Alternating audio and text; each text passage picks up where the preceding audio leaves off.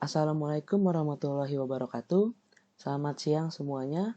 Untuk memulai kegiatan hari ini ada baiknya kita berdoa. Berdoa dimulai. Berdoa selesai. Baik, untuk materi selanjutnya di bab 3 ini, saya akan menjelaskan tentang unsur atribut produk. Silakan anak-anak simak ya. Menurut Kotler dan Armstrong, suatu produk disertai dengan serangkaian atribut berikut ini. Yang pertama ada mutu produk. Menurut Soyanto, seberapa baik penyesuaian sebuah produk dengan spesifikasi kebutuhan konsumen. Menurut Kotler dan Armstrong, yaitu kemampuan suatu produk melaksanakan fungsinya, serta meliputi daya tahan, keandalan, ketetapan, kemudahan operasi, serta atribut bernilai lainnya. Yang kedua ada fitur produk. Menurut Bilson, fitur merupakan kelengkapan fungsi produk yang menjadi pembeda pada sebuah produk. Menurut Ginting, fitur adalah alat persaingan yang membedakan produk dari suatu perusahaan dengan perusahaan yang lain. 4 unsur atribut pokok perusahaan.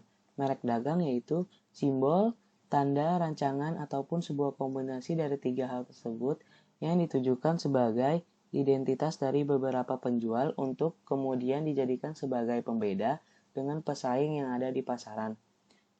Karakteristik merek yang pertama ada mengingatkan sesuatu tentang karakteristik produk dan kegunaannya. Yang kedua, mudah dieja dan diingat. Yang ketiga, dapat diadaptasi. Yang keempat, bisa didaftarkan dan dilindungi hak patennya. Manfaat pencantuman merek, yaitu yang pertama memudahkan penjual untuk memproses pesanan. Yang kedua, memberikan perlindungan pada kenaikan produk dan pemalsuan. Yang ketiga, ada menarik konsumen. Yang keempat, yaitu melakukan segmentasi pasar. Syarat nama merek yang baik yang pertama itu menunjukkan manfaat dan mutu produk. Yang kedua, mudah diucap, diingat, dan dikenal oleh kalangan banyak. Yang ketiga, mudah dibedakan dari yang lain. Yang keempat, mudah diterjemahkan ke bahasa asing. Selanjutnya ada komponen desain. Proses pembentukan karakteristik dan fitur unik dari produk yang selera atau sesuai dengan keinginan konsumen. Desain terdiri dari 3 unsur yaitu garis, line, bentuk form, dan warna color. Tujuan membuat desain produk yang pertama ada sesuai dengan selera konsumen, yang kedua bermanfaat dan disenangi, yang ketiga produk mudah dipelihara. Hal-hal yang harus diperhatikan dalam membuat desain yaitu yang pertama bentuk, warna, corak, ukuran, model, dan jenis dan mutu. Yang kedua kuantitas produknya. Yang ketiga kuantitas bahan penolong. Yang keempat penelitian tes produk. Faktor yang harus dipertimbangkan dan menampilkan desain. Yang pertama ada faktor keamanan. Jadi kemasan itu harus melindungi produk dari berbagai kemungkinan yang dapat menjadi penyebab timbulnya kerusakan barang. Yang kedua ada faktor ekonomi, yaitu perhitungan biaya produksi yang efektif termasuk pemilihan bahan sehingga biaya tidak melebihi proporsi manfaatnya. Yang ketiga ada faktor pendistribusian, yaitu kemasan harus mudah didistribusikan dari pabrik ke distributor atau pengecer sampai ke tangan konsumen. Yang keempat ada faktor komunikasi, yaitu sebagai media komunikasi, kemasan harus dapat menerangkan dan mencerminkan produk dan citra merek dengan bahasa dan tampilan yang mudah dipahami. Yang kelima ada faktor ergonomi, yaitu kemasan harus mempertimbangkan kemudahan bagi konsumen untuk membawa dan membuka produk. Yang keenam ada faktor estetika, yaitu keindahan pada kemasan merupakan daya tarik visual yang mempertimbangkan penggunaan warna, bentuk, merek, atau logo, ilustrasi, huruf, tata letak atau layout, dan maskot.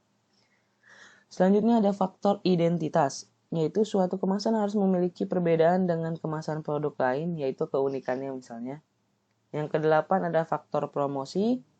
Kemasan mempunyai peranan penting dalam bidang promosi, yaitu sebagai media untuk meningkatkan daya tarik produk bagi konsumen. Yang kesembilan ada faktor lingkungan.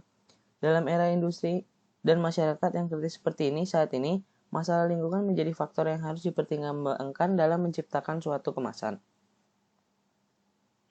Desain kemasan. yaitu proses yang berkaitan dengan perancangan dan pembuatan wadah atau pembungkus suatu produk. Fungsi utama kemasan adalah menyimpan dan melindungi produk kemasan dengan desain menarik dan inovatif akan menarik bagi konsumen. Tujuan desain kemasan yang pertama yaitu sebagai pelindung atau proteksi, yang kedua memudahkan dalam penggunaan, yang ketiga bermanfaat dalam pemakaian ulang, yang keempat memberikan daya tarik, yang kelima menjadi identitas atau citra produk, yang keenam distribusi, yang ketujuh informasi menyangkut isi, pemakaian, dan mutu, yang kedelapan sebagai cermin inovasi produk. Selanjutnya ada pelabelan. Pelabelan yaitu memberikan informasi terperinci mengenai produk, misalnya produsen produk, tempat pembuatan, tanggal pembuatan, dan masa berakhirnya produk. 3 macam label yaitu ada brand label, digunakan sebagai merek dan diletakkan pada produk atau kemasan. Contohnya, label diletakkan pada tepi kain Tetoron dan Famatex. Yang kedua ada grade label, yaitu menunjukkan tingkatan mutu suatu produk melalui huruf, angka, dan abjad. Contoh OIL, Mesran, Sae 40. Yang ketiga ada descriptive label, yaitu menggambarkan tentang cara penggunaan, formula atau kandungan dan isi, pemeliharaan dan hasil kerja. Contohnya di produk kecantikan. Layanan pendukung produknya yang pertama ada informasi, yaitu jalan atau arah menuju tempat produsen, harga, peringatan, dan lain-lain. Yang kedua ada konsultasi, yaitu saran, auditing, konseling, dan pribadi. Yang ketiga ada billing, yaitu laporan rekening periodik dan faktur untuk transaksi individu. Yang keempat ada exceptions, yaitu permintaan khusus, penyampaian, dan penanganan komplain atau pujian. Yang kelima adalah hospitality, yaitu sambutan hangat, food and beverage, toilet, dan lain-lain.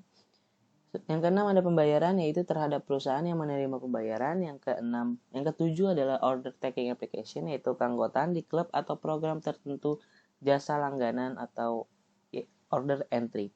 Yang ke-8 yaitu care taking, yaitu perhatian dan perlindungan atas barang milik pelanggan.